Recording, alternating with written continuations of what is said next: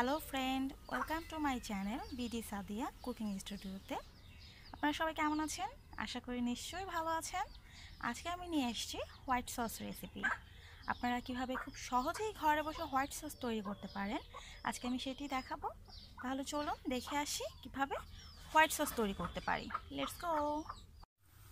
আমি চুলায় একটি প্যান বসিয়ে দিয়েছি, প্যানটি গরম হয়ে গেছে। এখানে আমি 2 টেবিল চামচ মাখন দিয়ে দিচ্ছি। এখন মাখনটা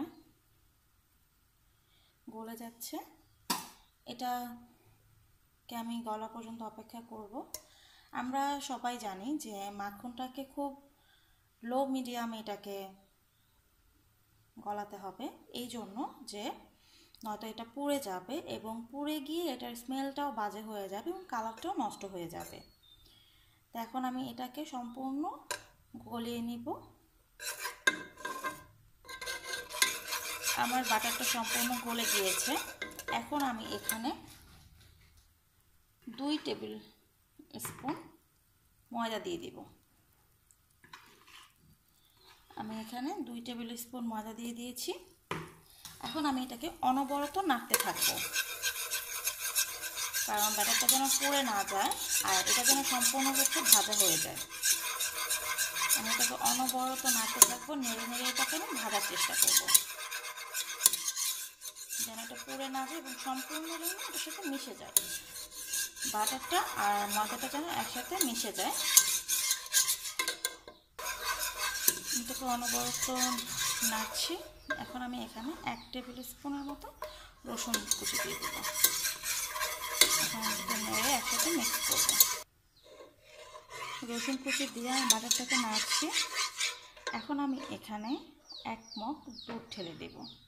সম্পূর্ণ দুধটা একসাথে ঢালবো না, এখানে আমি অর্ধেক দুধ ঢালবো আর এটাকে খুব ভালোভাবে নাড়বো। নেড়ে নেড়ে এটাকে মিক্স করবো। এভাবে নেড়ে নেড়ে আমি সম্পূর্ণটাকে মিক্স করব। আমি এটাকে মিক্স করে ফেলেছি। এখন আমি বাকি অর্ধেক দুধটা দিয়ে দেবো এখানে। এখন আমি এইটাকে সম্পূর্ণ সুন্দর মতো এটার সাথে মিক্স করে নেব। এখন আমি এখানে 1/2 টি স্পুন ব্ল্যাক পেপার দিব। 1/2 টি স্পুন ব্ল্যাক পেপার দিয়েছি।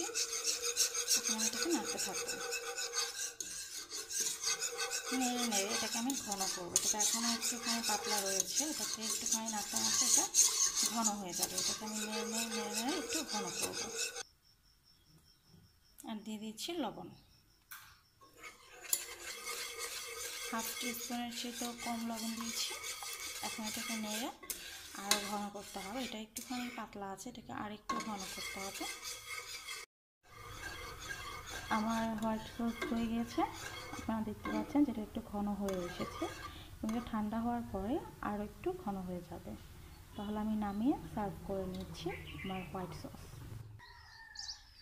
তৈরি হয়ে গেছে আমার হোয়াইট সস। আপনারা এটা পাস্তার সাথে এবং অন্যান্য অনেক আইটেমের সাথে আপনারা এটা ট্রাই করতে পারেন। আর আপনারা অবশ্যই এসে এটি বাসায় ট্রাই করবেন এবং ট্রাই করে আমাকে জানাবেন কেমন হয়েছে। অবশ্যই লাইক, কমেন্ট, শেয়ার করবেন এবং নিশ্চয়ই আমার চ্যানেল সাবস্ক্রাইব করবেন। Thank you.